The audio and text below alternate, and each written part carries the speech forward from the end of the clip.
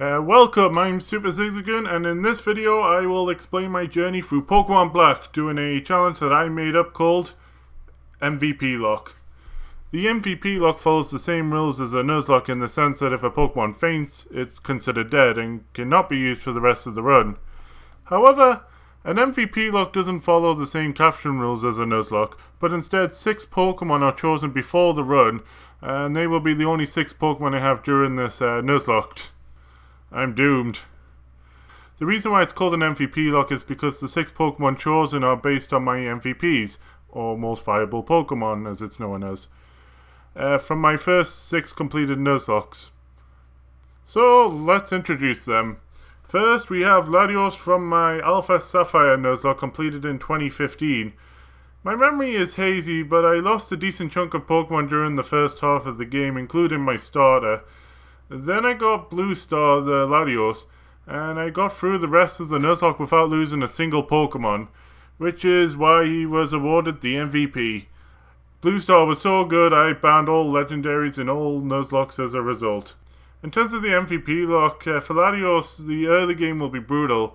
Latios only knows Psywave and Heal Block to begin with, which was probably a result of the designers not expecting the player to have Latios at this level. I'll have to teach him TMs or even a HM just so I can use him as soon as possible. Hopefully I can make more use of him during the later portion of the Nuzlocke, where you should be able to get to shine, I guess. Second, we have Lapras from my Fire Red Nuzlocke completed in 2018. This was the Nuzlocke that got me really into Nuzlockes. Yuki the Lapras' bulkiness was very useful during the run, making him the most reliable Pokemon in that run. He also made short work against Lance. These were the reasons why Yuki was awarded the MVP of that Nuzlocke. With the MVPlocke, I expect great things to begin with, since Lapras is already a powerful Pokemon with decent moves for the early levels. I expect him to at least be the strongest Pokemon in the early game. That's a massive plus, especially when other Pokemon's main strengths can't be utilized until midway through the run. And that's even if I make it there. And don't get me started on the last 2 Pokemon I have. Third, we have Umbreon from my Emerald Starlock completed in 2018. If you don't know what a Starlock is, check out my 4-part series where I explain the rules and the journey. All you really need to know is that you can only use 1 Pokemon of each type throughout the whole challenge, with Nuzlocke rules still on. Umbreon represented the Dark type, and after the disaster at the Lava Ridge gym, Ollie the Umbreon joined the team.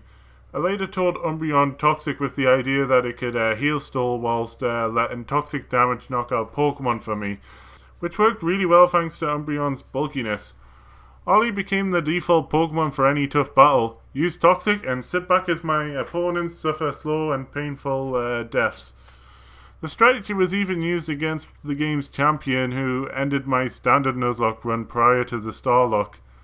Ollie received the MVP award because I honestly don't think I could have won it without him. With the MVPlocke, I want to use the Toxic strategy, but the TM won't be available until the late game. Hopefully Umbreon can stick around till then. Umbreon should be decent for the early game before some of the other Pokemon can really become useful. Fourth, we have Timber from my Fighting type Monologue completed in 2019. This was on Pokemon Black, so the same game as we're doing now. You can see my run summary video on YouTube. I abandoned the run for a large chunk of 2019, and the run has my current all-time record for the most deaths at 25. Yep, and it was completed. You know, that was a successful Nuzlocke. Anyway, Sunny the Conkeldurr wasn't on the main team until the Elite Four, which went wrong very quickly at Caitlyn. I recorded my Elite Four attempt so you can see what happened for yourself. Sunny was the only survivor from that fight. He should have died, but somehow he avoided a ton of potential critical hits. That could have ended my run there and there. Sunny was awarded the MVP because of that fight alone. With the MVPlocke, unlike Boxy, aka the most broken Pokemon in all of my Nuzlocke attempts that featured in that same Nuzlocke, who would have, he would have been the MVP if it wasn't for, Sunny didn't really have anything of note apart from that one battle, and he wasn't on the main team until that point. At least Timber and its evolution's a decent fighting type, so we'll see what happens. Fifth, we have Abra from my Gold Nuzlocke, completed in 2019. Despite the start of the Nuzlocke predating my Starlock video, I abandoned the run midway in the Kanto section of the, due to hating the grinding. I came back a year later after being inspired with my finishing of my Black run, after that suffered a long delay, and my Dry Bread's grinds in his single Pokemon challenges. My Gold Nuzlocke marked the first time I started to survive the whole Nuzlocke with only 4 deaths during the whole challenge, making it also the run with the all-time least death count for me. One Punch the Alakazam was on my main team for the majority of the run. Because of him being able to learn all the elemental punch moves, which were considered special during the Generation 2, he was the Pokemon with the best type coverage, which is why he was awarded the MVP. With the MVPlocke, Abra won't be able to fight until he evolves, making him really unhelpful during the early game. Even with his evolution, what made Alakazam a force to be reckoned with during the Gold run can't be applied to Black. And to make matters worse, he's also a glass cannon. It's the Pokemon I have the least hope for in this MVPlocke, but I could always be proven wrong. And last we have Magikarp from my Platinum Nuzlocke, completed in 2020. Terry the Gyarados joined the team after a disastrous Pastoria gym. It wasn't just that I lost half my team, or that my grinding took so long to get my 3 new Pokemon to strength, or I lost a Houndour during that process. No, the worst thing was that I accidentally saved over my save states for grinding twice. I came back after a month of giving up. Gyarados managed to survive the mid game before learning Dragon Dance, a move that allowed Gyarados to set up to and destroy any Pokemon that dare stand in its way. I thank the Nuzlocke Reddit community for that strategy. He was awarded the MVP because of that. And with the MVPlocke, much like the Platinum Nuzlocke, it will take a while before I can use this strategy. Making matters worse is that I can't use him until I've completed the second gym because of my strict level limit rules, preventing me from getting to level 20 to evolve Magikarp to begin with. I can't really make use of half my team, so I will try to save time and only train up the half that can actually fight. So this is the team. I'll be facing Cylon, however it's pronounced, but I still think Lapras should be able to handle it despite the type of disadvantage. I give half my team Oranberries and my Abra an experience share to at least start the grinding. So let's see what happens. I opened up with Confuse Ray. Lillipup attacked itself thanks to the confusion. Despite this, I don't think it made up that much of a difference if Confuse Ray hadn't been used, as it would have taken 2 hits anyway. So anyway, last up is Cylon's Pansage. If anyone in the comments can tell me the correct pronunciation, go ahead. Maybe I should have watched the anime. I'm getting distracted. So last up is Cylon's Pansage, which went down in 1 critical ice shard. The first gym is not that much of a challenge, but that's to be expected. So now we jump ahead to Nacrane's gym. Oh jeez, I don't know how to pronounce any of this stuff. I train all my Pokemon at level 19, including Abra. Since he evolves at level 16, it means that, I can use Kadabra. And that, and Kadabra can at least attack unlike this useless Magikarp I seem to have. In 2 separate Nuzlockes, Leona knocked out 3 of my Pokemon. Her biggest threat is Watchog, who knows both Hypnosis and Retaliate. The latter does massive damage if a Pokemon was knocked out in the turn before. So you can imagine the first time that Watchog is out, it, destroys stuff. This Pokemon's managed to knock out Pokemon in both of my Nuzlocke runs prior to this. To combat the Hypnosis, I give half my team Chesto Berries. I also buy 3 X defense to protect against Watchog's Retaliate. I lead with Lapras because of its bulk. In no other Nuzlocke I've ever had such a bulky Pokemon this early on in the game. Right from the get-go, I started using my X defense and X specials. Unfortunately, Herdia used Leah twice, getting rid of half the boost I got from those X defense. I opted to stay in and knock out Herdia. I then used the last X defend instead of healing in prediction for retaliate, and that's right, I used hypnosis and missed instead of just using retaliate. All my plans was based on that. And it turned out I didn't even have to worry. The rest of the battle was easy. Did expect Watchog not to use retaliate turn 1, but hey, I'm not going to complain. It doesn't take too long before I arrive at Castilia Gym. Despite not usually being a tough gym, in this MVPlocke, half my team are weak to bug-type moves, and my strongest Pokemon at this time is weak to the gym leader's ace Pokemon. Despite having Gyarados and Timber, I want to wait until they are more battle ready, so I don't want to rely on them in important battles. That was a tongue twister. So I plan on leading with Lapras, and I'll try to implement X items and hope that will be enough. Right before the battle, I suddenly remember to use hold items. Oof. Bug's first Pokemon is Bulbapedia, and I use this Pokemon to pile up my X items. My berry actually came in use when one of his Bulbapede's poison tail actually poisoned my Pokemon. Apart from that, Bulbapedia went down without any issues. Luckily, my X defense proved to be enough, and Liveni went down with 2 ice shards. And it was a similar story with Dweeble, so I get my 3rd gym badge and I still have all 6 Pokemon. As cheap as using X items can be, I don't want to rely on them most of the time in case of a rogue critical hit. So en route to the next gym, I got into some unexpected trouble with Bianca. I had Latios out against Liepard, and I suspect Liepard might have Pursuit, so I healed Latios to see what would happen. Luckily, I had made the right choice as my suspicions were proven correct. I had to fight the whole battle with the risk of a critical hit taking out my Latios.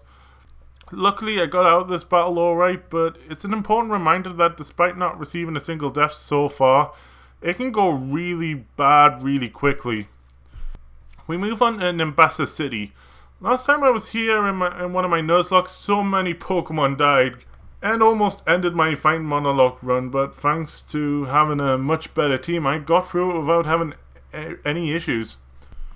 Now, we are at the Nimbasa Gym. For the first time in the gym battle, I will not be leading with my Lapras. I was considering leading with Latios, but after discovering Alisa's 2 Emolgas both have Pursuit, I went with Umbreon. I told Umbreon dig in return. Let's hope it's enough, and yeah, thanks to Alisa only having physical moves, Umbreon was pretty much unstoppable. Because of that, I get my 4th badge without a single issue. I then battled Cherin.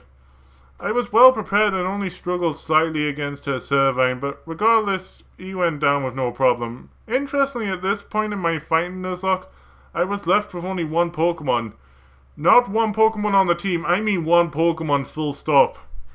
Oof. Different times.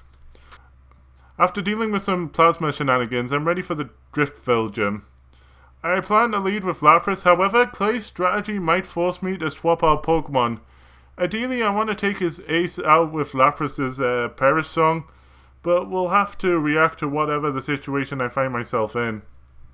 Battle starts, Lapras gets confused straight away, so I switch into Gyarados. Not only is Gyarados faster than Krokorok, but it also manages to knock it out with a single Scald. Hooray! Next up is Exactdrill, Clay's ace.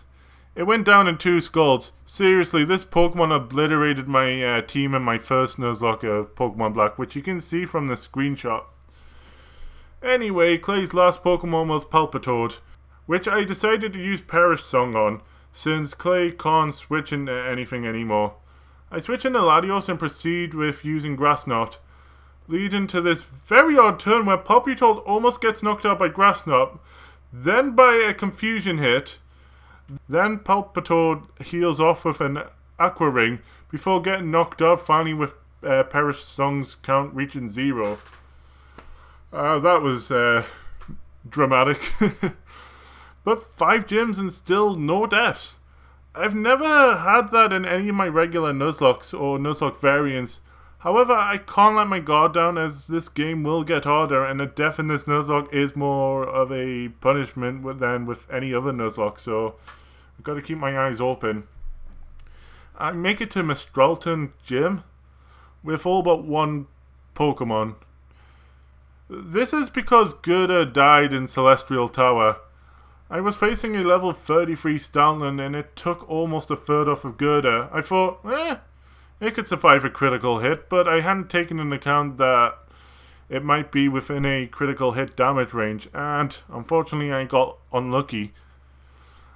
So yeah, as you can see from the battle footage, I started recording as soon as the death happened, but you can see I then switch into Gyarados, which I then find out that Stoutland also knows Thunderfang. Now if Gyarados got critted, then I would have had 2 dead Pokemon in the same battle. Yikes. I switch into Lapras, which despite its water typing, he was more than enough to take care of Stoutland. So yeah, preparation for the flying gym. Luckily, since last time, my Gyarados has now learned Ice Fang. And more importantly, my Lapras learned Ice Beam. My plan this time is to lead with Lapras. Again. Use X Specials and then unleash Lapras. As you can see, things went exactly to plan. You know, easy 6 badge. Although I do wonder what will happen now I've lost my first Pokemon in this challenge. It's now time to face the battle that ended my standard Nuzlocke of this game, Twist Mountain Cherin, which went very easily. Moving on. We've made it to Icarus City. My Kadabra is now evolved into an Alakazam. My Latios knows a Psychic Special move, and my Toxic TM is now available to me, so I can teach it to Umbreon. Now it's going to be like the Umbreon I had back in my Emerald Starlock. Oh, good times. I'm going to give my Umbreon a test run, although I do have my Lapras ready, as Lapras provides really good resistance to Bison, or however it's pronounced. Well, anyway, let's see how the gym goes. I used the Toxic Stall strategy on Vanillish.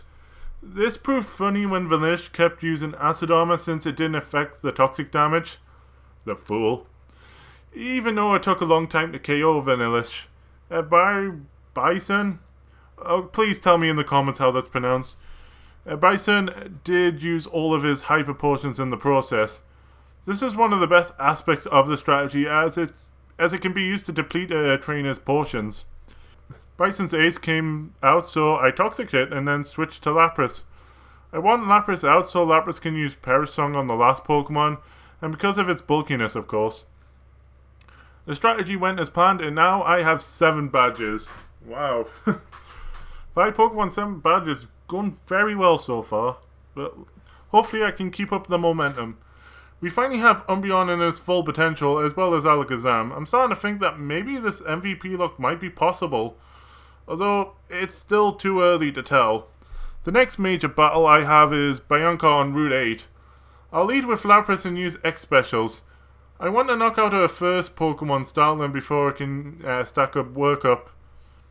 Wish me luck. Well, the strategy turned out to be a very good call, as Stoutland took 2 hits thanks to the X Specials. Gyarados then took out Semisage. However, Aaliyah followed by a Seed Bomb could have knocked out Gyarados if it had been a critical hit. If I keep rolling that dice, eventually another Pokemon will receive the same fate as Gerda. Oh. However, Umbreon proved to be the star of the match with its Toxic Stall strategy. I also used a Rocky Helmet, which helped to aid the stall strategy. So, I defeated Bianca once and for all. Final gym time. I want to lead with my Lapras, however I'm really worried about Dragon Tail and Dragon Dance. I would love to use some X items, however if I get hit with that Dragon Tail, all those buffs will go away. If enough Dragon Dances get used, it could be game over. Oh, so wish me luck. Since Dragon Tail's a thing, I just want to Ice Beam his first 2 Pokemon. His Fracture goes down in 1 hit, however his Druddigon does not. I simply just surfed and Ice Beamed him to get Drayden onto his last Pokemon. I decided to go with Perish Song. At least this way it will guarantee myself the victory, however I'm still hoping that all my Pokemon survive. He then uses Dragon Tail, forcing me out with Alakazam. I've got 3 turns left. Alakazam's low defenses means I have to switch him out. I decided to switch him into Umbreon because of Umbreon's bulk, which turned out to be a good choice since he used Assurance, a move Umbreon is resistant to. I used the turn to heal Lapras while Haxorus decides to use Dragon Dance. While this could be an issue, the Parasong count is down to 1, meaning I only have 1 turn to survive.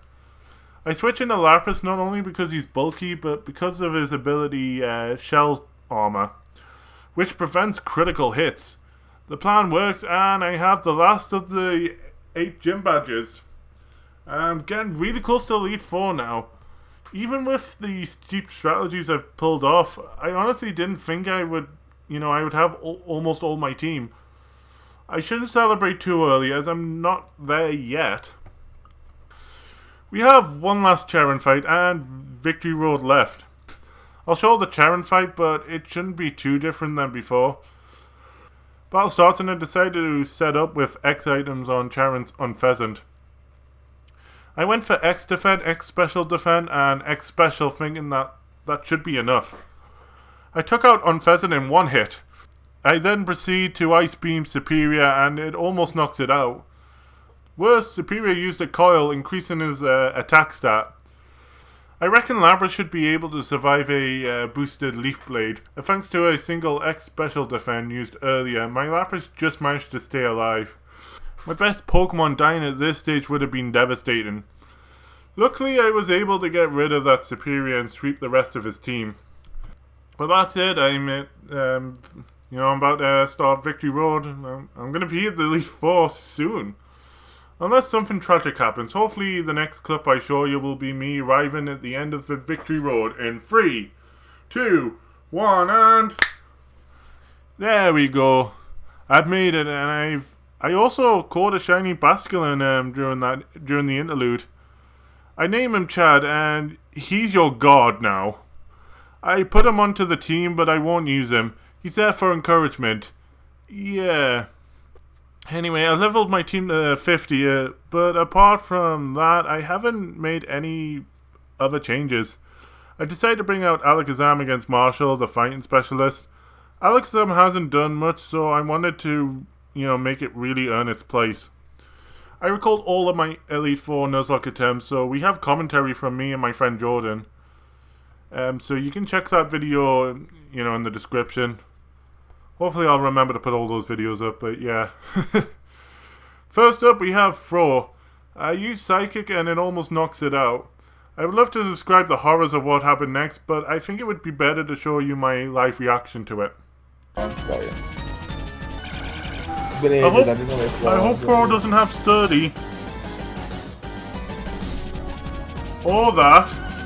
Well, bye. The dog type move. That couldn't have been anywhere. What? What? Okay, you earned your stripes, dude. Yes, well, according to me, not knocking out the Pokemon is good enough to be on the team. Yeah, okay. I switched to Gyarados because it's a flying type and would be resistant to fighting type moves. However, as I will discover, it seems like every Pokemon in the Elite 4 that can learn Stone Edge will have Stone Edge. Even though one critical hit could kill off Gyarados, I decided to keep her in. I knock out Fro, but then Soul comes out and he also knows Stone Edge. Yeah, I'm not kidding when I'm saying just about every Pokemon that can learn Stone Edge will have Stone Edge. I don't know, is it Murphy's Law or something? It does more damage, so I have no choice but to switch into Latios. Latios went to sweep the rest of Marshall's team, except with Mincho, which I used Gyarados for. And that's the first Elite 4 member taken care of. I switch a few hold items around and head to Elite 4 member number 2, Chantel, the Ghost type specialist. Umbreon starts by dispatching Chantel's first Pokemon, Cofagrigus. I switch into Gyarados since a good rule of thumb for the AI is that there's always a good chance the Pokemon they are switching into has something good against your active Pokemon. Gyarados then dispatches Golurk. I would love to have Gyarados in for Chandelier, however Golduck managed to put a curse on us, so I switch into my other water type, Lapras, who manages to KO Chandelier after 2 surfs. Last up, Chantel's Jellicent. I used Perisong on the theory that Perish, despite being a normal type move, might work on a ghost type Pokemon. My hunch was proven correct, so I was able to finish Chantel. 2 down and no deaths during the Elite Four portion so far. I switch some items around once again and go on to face Grimsley, the Dark type specialist. On recommendation from Jordan, I lead with Gyarados as opposed to Umbreon, which turned out to be the right decision as Grimsley's first Pokemon was Scrafty. So I used the strategy I used in my Platinum Nuzlocke, where I set up multiple Dragon Dances, then sweep Grimsley's full team. It went exactly to plan. So, now I only have one Elite Four member next. The Elite Four member that almost wiped my team during my fight in Monologue. Caitlyn, the Psychic Specialist. I lead with Latios since Latios knows Shadow Ball and he's holding a spell tag increasing Shadow Ball's power by 20%.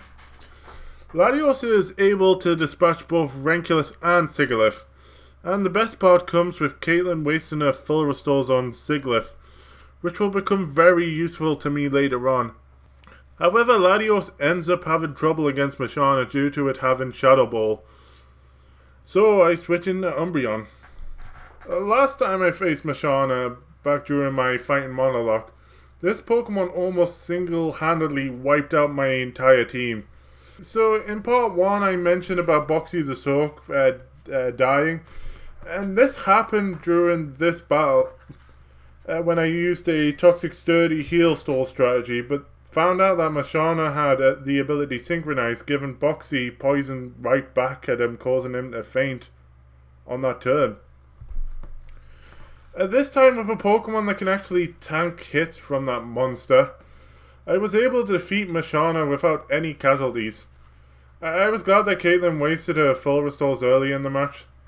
That was for you, Boxy. Caitlyn had Gothitelle left. Umbreon was able to Toxic Stall her as well. And that concludes the Elite Four. Now we have N and Ghetsis left. Before that, we have to capture the legendary Zekrom or Reshiram.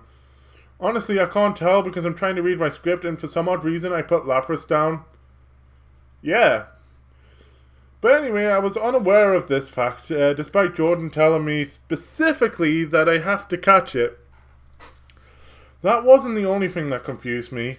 I mean, watch the footage. That was easy. And then it comes back again, full health restored.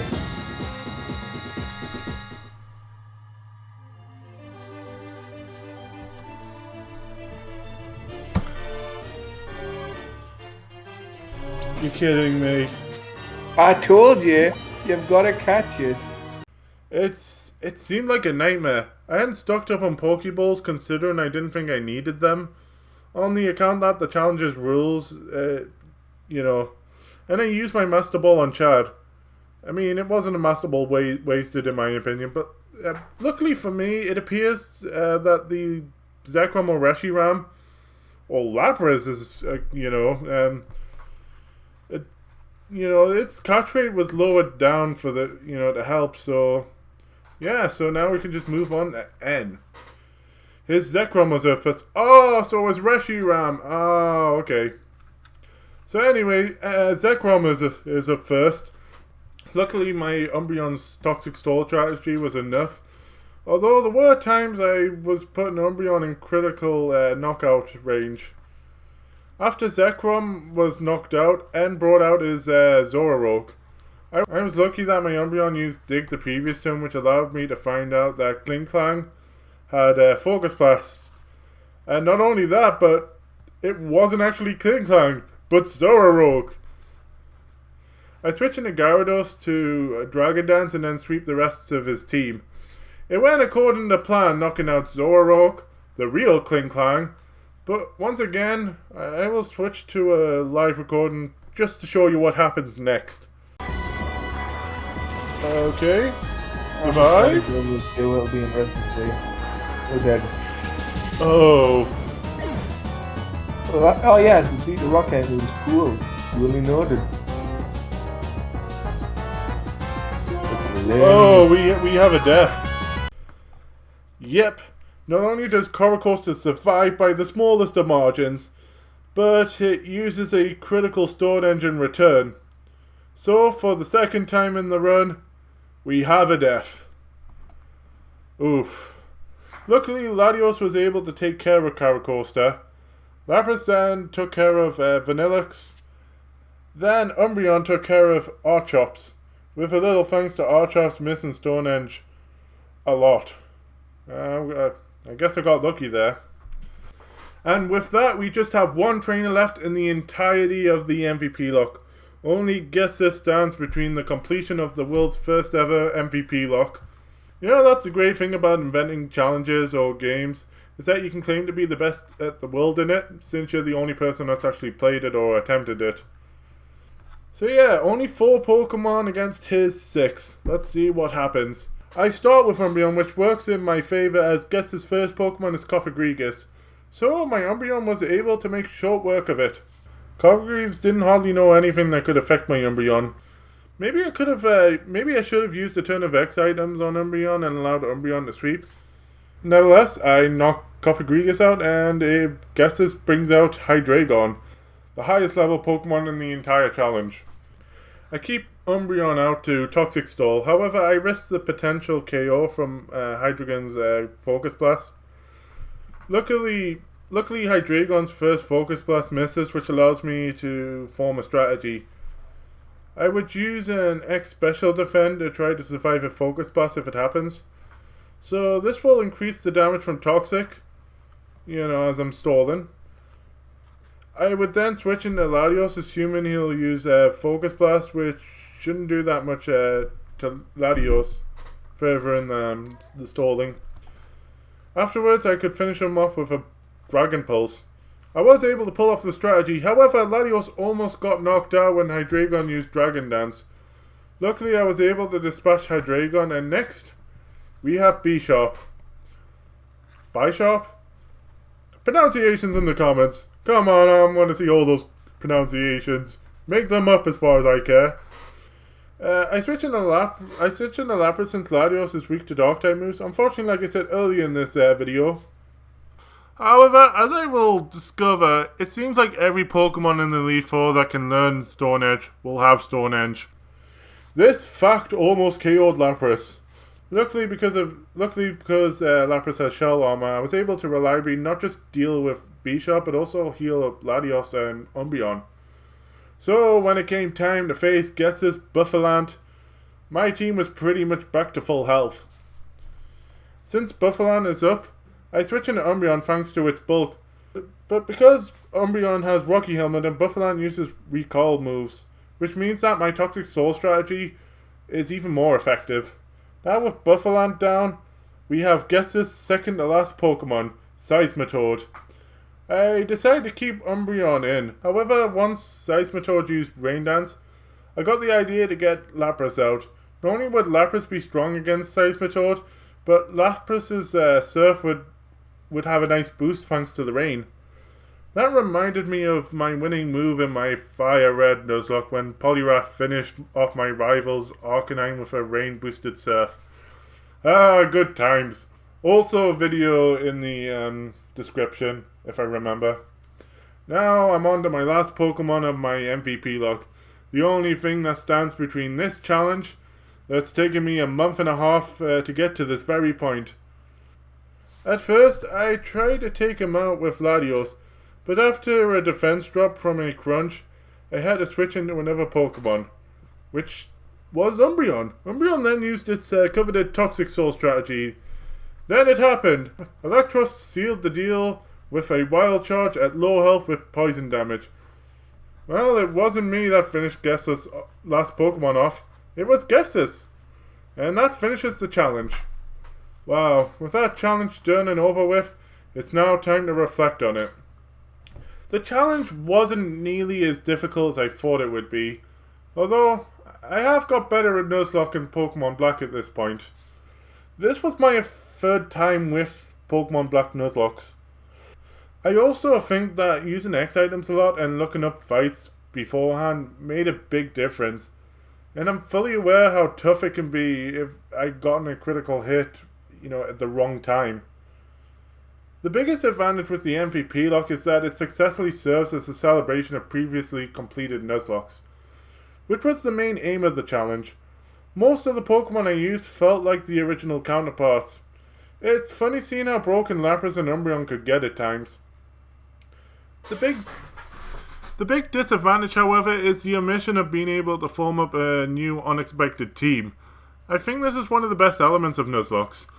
Another aspect was with the case of Alakazam, where it didn't feel like using one punch from my original gold run, links in the description. Because of the differences between Generation 2 and Generation 5 being so great, deciding which generation to use is an important decision when, attempting this type of challenge. If you decide to take on the challenge, please tell me down in the comments. I would love to see what you guys are up to. If you like the video, then you might like my Emerald Starlock and my Black Monologue videos. So don't forget to like, comment, and subscribe. And this has been Super Zigzagoon. I hope you enjoyed the video. It's taken me a while to make. But yeah, peace.